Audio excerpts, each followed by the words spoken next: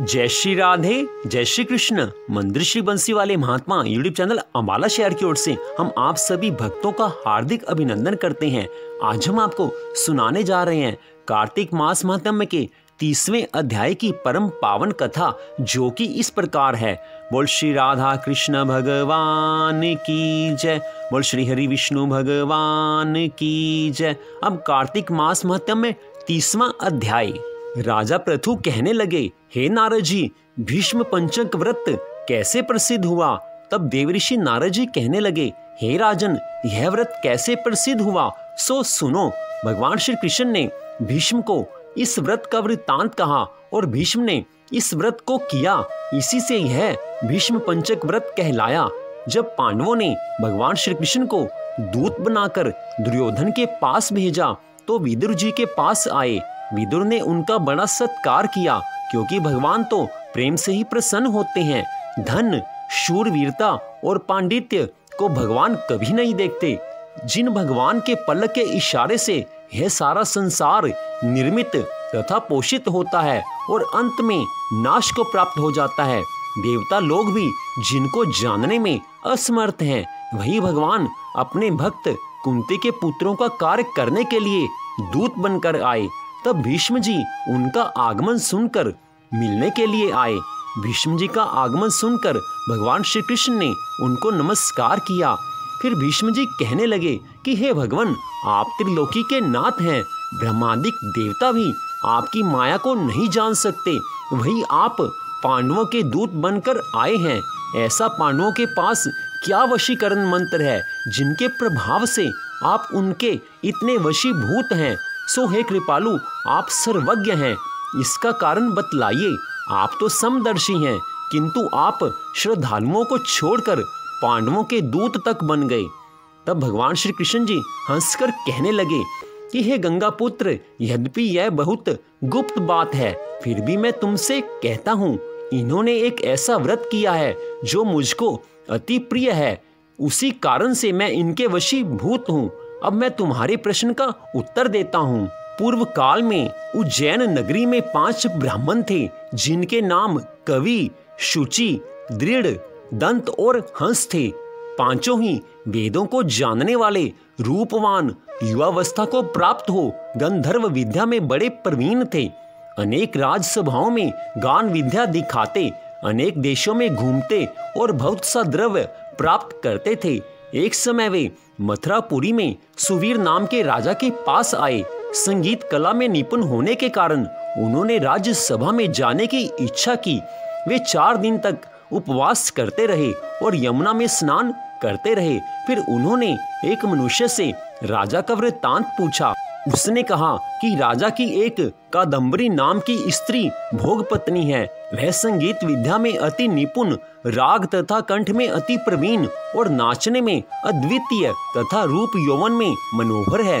प्रतिदिन राजा के सामने एकांत में नाचती और गाती है। ऐसा सुनकर जहाँ पर नृत्य ताल का शब्द होता था, उस स्थान के पास जाकर वे खड़े हो गए और राजा के पास आने जाने वालों से कहने लगे कि दुख की बात है, राजा के समीप कोई नृत्य कला को जानने वाला नहीं है। वीणा में 2 तार ढीले हैं, ताल बराबर नहीं है, बाजे में नृत्य शुद्ध नहीं है।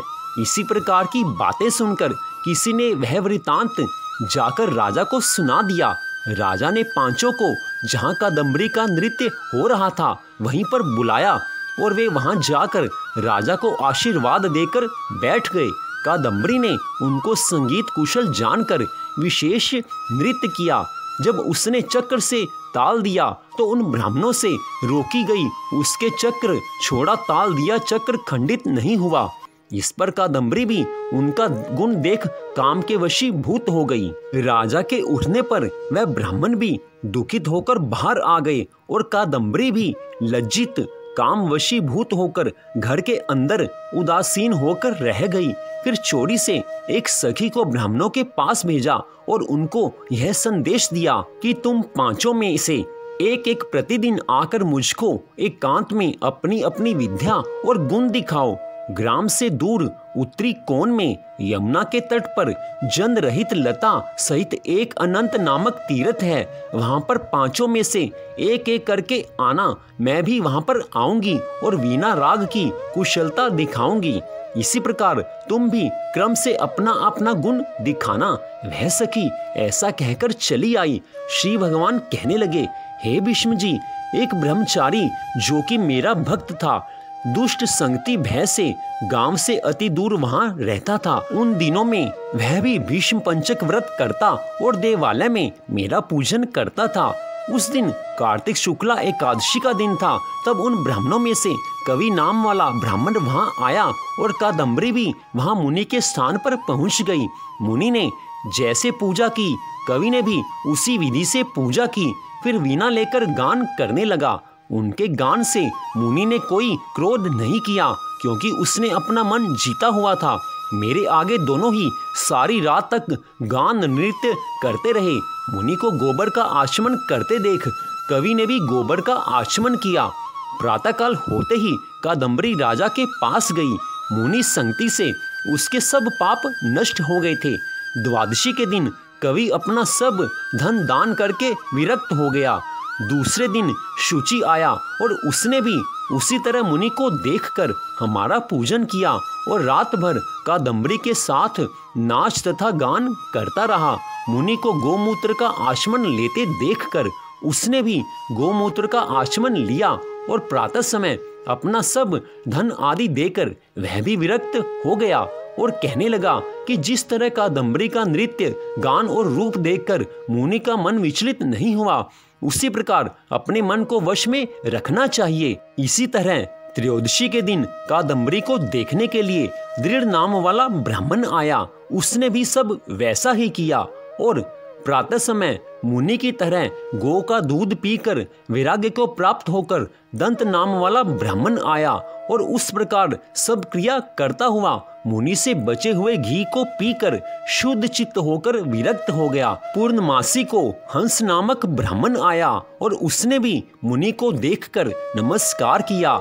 ऐसे हंस नामी उस ब्राह्मण ने सत्संग से हमारी पूजा की और मुनि के बचे हुए दही को खाकर विरक्त हो गया और धन आदि देकर तीर्थ यात्रा को चला गया। राजा ने कादम्बरी का मंदिर में जाना सुनकर उसको मकान में बंद कर दिया और फिर वह मंदिर में नहीं जा सकी।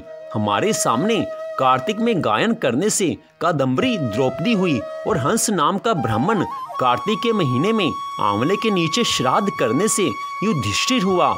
एकादशी के दिन जागरण करने से कवि नाम का ब्राह्मण मेरा अंश अर्जुन हुआ। शुचि सहदेव और दंत नकुल हुआ। महापराक्रमी दृढ़ भीमसेन हुआ। इस व्रत के प्रभाव से ही हम इनके वशीभूत हैं। अब तुम्हारे इस व्रत के करने से यह व्रत पंचक कहलाएगा। जो कोई मथुरा में इस व्रत को करेगा उसको हम स्वर्गलोक, ब्रह्मलोक, विष्णुलोक तथा वैकुंठ लोक देते हैं। देवऋषि नारद जी कहने लगे, इस व्रत का वृतांत सुनकर भीष्म जी अति प्रसन्न हुए और सदैव वर्ष के वर्ष इस व्रत को करते रहे। इसी कारण इस व्रत का नाम भीष्म पंचक व्रत हुआ। जिस समय भीष्म जी बाणों की शैया पर पड़े थे तब भगवान श्री कृष्ण जी उनके सम्मुख आए और जब तक देह का त्याग नहीं किया उनके सामने खड़े रहे। देवऋषि नारद जी कहने लगे कि भीष्म पंचक व्रत करने के लिए कार्तिक के शुक्ल पक्ष में एकादशी को विधि पूर्वक स्नान करके 5 दिनों का व्रत ग्रहण करे। व्रती पुरुष प्रातः स्नान के बाद मध्याह्न के समय भी नदी, झरने या पोखरे पर जाकर शरीर में गोबर लगाकर विशेष रूप से स्नान करे। फिर चावल, जौ और तिलों के द्वारा क्रमशः देवताओं, ऋषियों और पितरों का तर्पण करें। मौन भाव से स्नान करके धुले हुए वस्त्र पहन दृढ़ता पूर्वक व्रत का पालन करें। ब्राह्मण को पंचरत्न दान में दें। लक्ष्मी सहित भगवान विष्णु का प्रतिदिन पूजन करें। इस भीष्म पंचक व्रत के अनुष्ठान से मनुष्य वर्ष भर के संपूर्ण व्रतों का फल प्राप्त कर लेता है। तो इस प्रकार कार्तिक मास महात्म्य के 30वें अध्याय की परम पावन कथा का यहीं पर विश्राम होता है। मंदिर श्री बंसी वाले महात्मा यूट्यूब चैनल अम्बाला शहर की ओर से आप इस कथा को सुन रहे थे। आप सबका हार्दिक धन्यवाद। भगवान श्री राधा कृष्ण जी की कृपा सदा आप सब पर बनी रहे। इसी मंगल कामना के साथ जय श्री राधा रानी जी की, जय श्री कृष्ण भगवान जी की, जय श्री हरि विष्णु भगवान जी की, जय कार्तिक मास महात्म्य की। जय जय श्री राधे, जय जय श्री राधे, जय जय श्री राधे श्याम।